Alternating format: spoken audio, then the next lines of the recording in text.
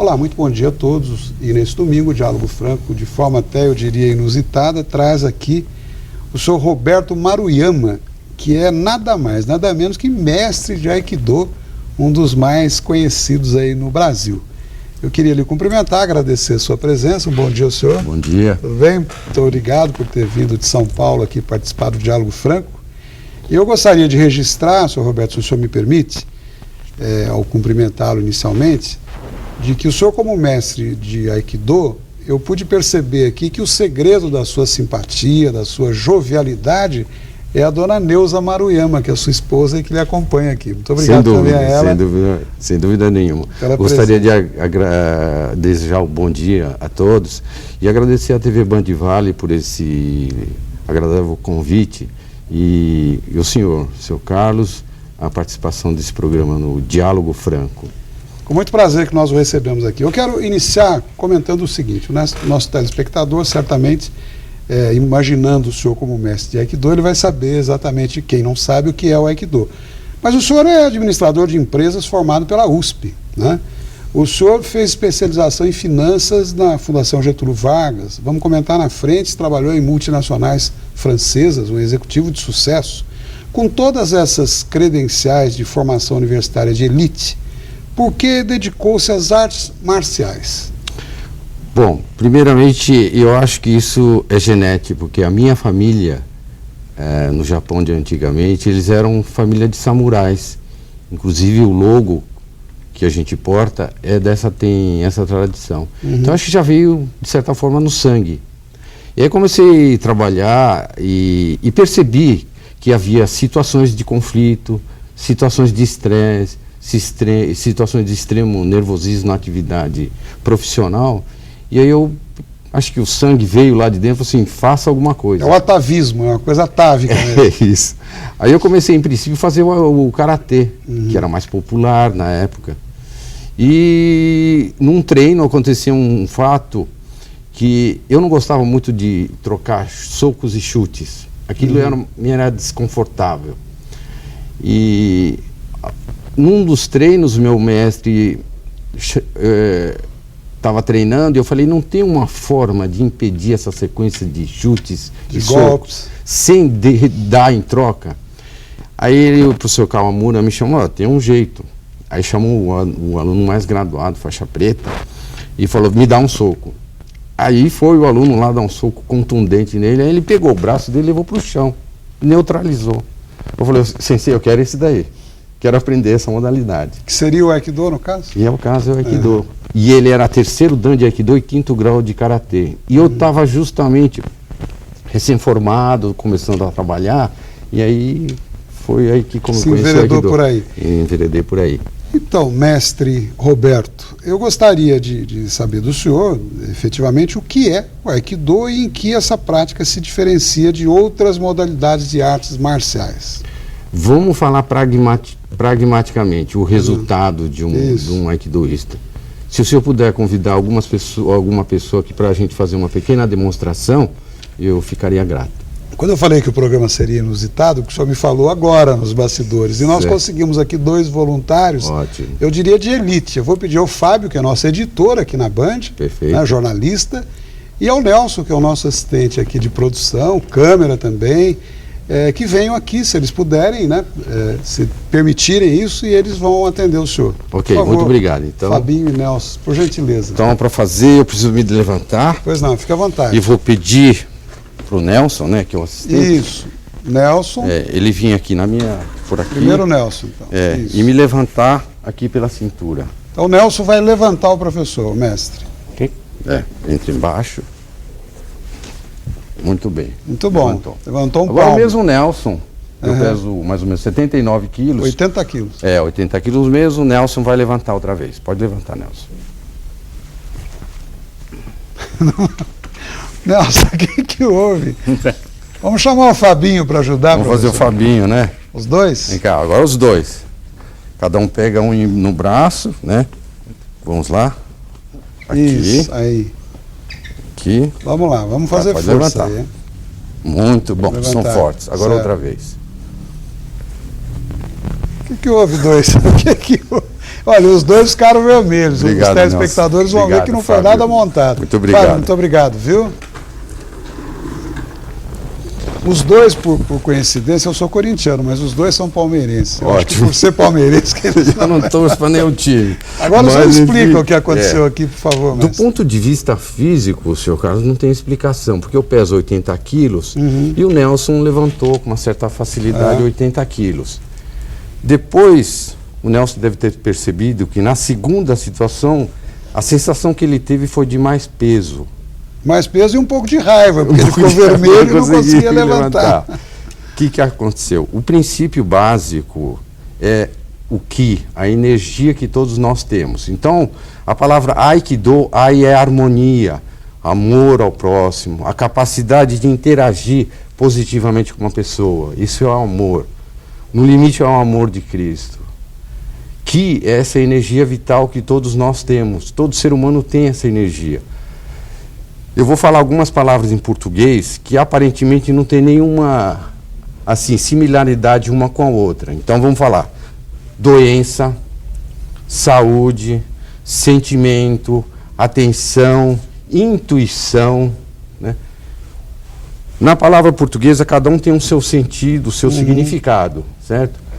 Agora eu vou falar em japonês, a mesma palavra para a pessoa entender. Então temos Genki, saúde, Byoki, doença, Kimochi, sentimento, Kigatsuku, atenção. Percebeu-se que tem a palavra aqui, que é a energia que todos nós temos. E finalmente a terceira palavra, que é o Do, é um caminho, uma filosofia, uma conduta de vida que a pessoa se propõe a trilhar com o objetivo de ele melhorar, se aperfeiçoar espiritualmente. Começa no corpo, mas o objetivo final é a alma e o espírito. E qual a razão deles não terem conseguido te levantar? A razão é a seguinte: num estado de estresse, de nervosismo, de insegurança que todos nós temos, no emprego, na rua, né, nas discussões, numa fechada de trânsito, a tendência da pessoa é ficar irritada. Ela fica nervosa. Quando ela fica irritada e nervosa, há uma contração muscular, assim, mesmo que a pessoa não queira, ela fica contraída. Então, na primeira situação, eu contraí. Depois, eu relaxei na segunda situação, respirei profundamente, fiquei tranquilo.